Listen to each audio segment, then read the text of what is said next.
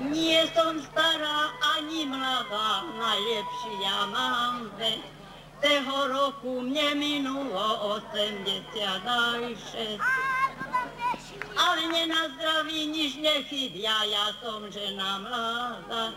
Len mi nohy upadujú, to je veru pravda. A vlasky mi ošediveli všetky ako jeden. A mne zuby nechybiajú, veď mám ešte jeden. Idem ja si všaje, len pesničky spievam. A ja na moje staré dni ani trocha nedbám. Teraz vám poviem, ako pochodím.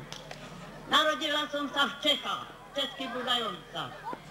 Vychovaná som na Terchovej a do Tučta som sa vydala. No, ale keď som bola vychovaná na Terchovej, tak to vám poviem. Tam som bola vychovaná už do človečenstva a naraz prišli do nás šandári. A to boli Česi, to neboli Slováci. A teraz povedali, jej, Polka, jaký sme hladní. A ja hovorím, dočkajte za chvíľku, na 10 minút vám dám jesť.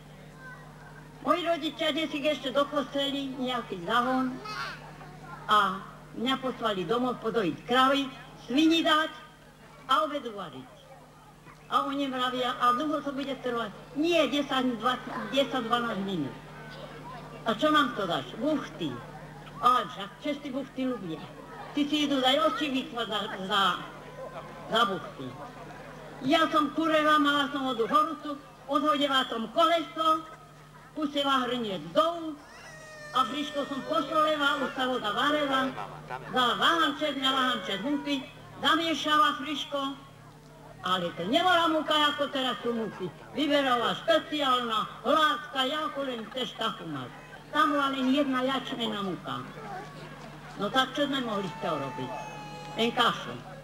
A my sme to volali buchty. A teraz tam neboli žiadne vybiličky, žiadne príbory, nič.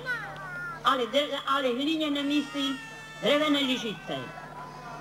A teraz som friško uvarila a hormisu vychranila, kašu hodila kus masla, to sa roztopilo a rozmiešala mlieko a dala do hrnčeku, ale zase hlinené hrnčeky. Žiadne šálky, ja som nevedela, čo je šálka. Vôbec nie. No a oni mi takto na to odpovedali. Sakra holka, to nebude ani prasa šrať.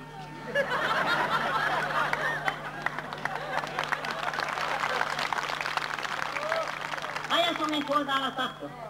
Tvojho otca naháňam, teraz si pozri, aké to bude prasa žrať.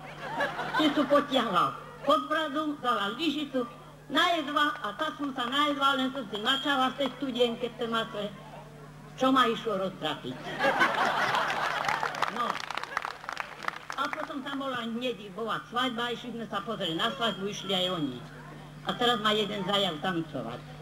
Ale vymýšľali, jaké tance. Žiadne tance, čardaš. Tak ma potom jeden pojav tancovať, tak som ho vykrútila, ten čardaši, čo mu z každého prasa tieklo. Vidíš, ako vie prasa tancovať?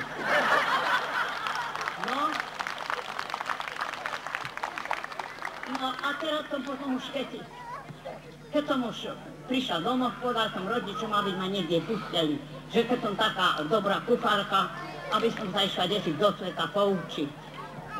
No tak sme išli v jeseni 4 devčatá, prišli sme na Hrudky, tam boli ľudia, čo išli do Priboviec na kopanie, tak sme išli tam. Tam som sa nič nenaučila. Kopať som vedela, a kuchárka bola taká múdra ako aj ja, bola odmah.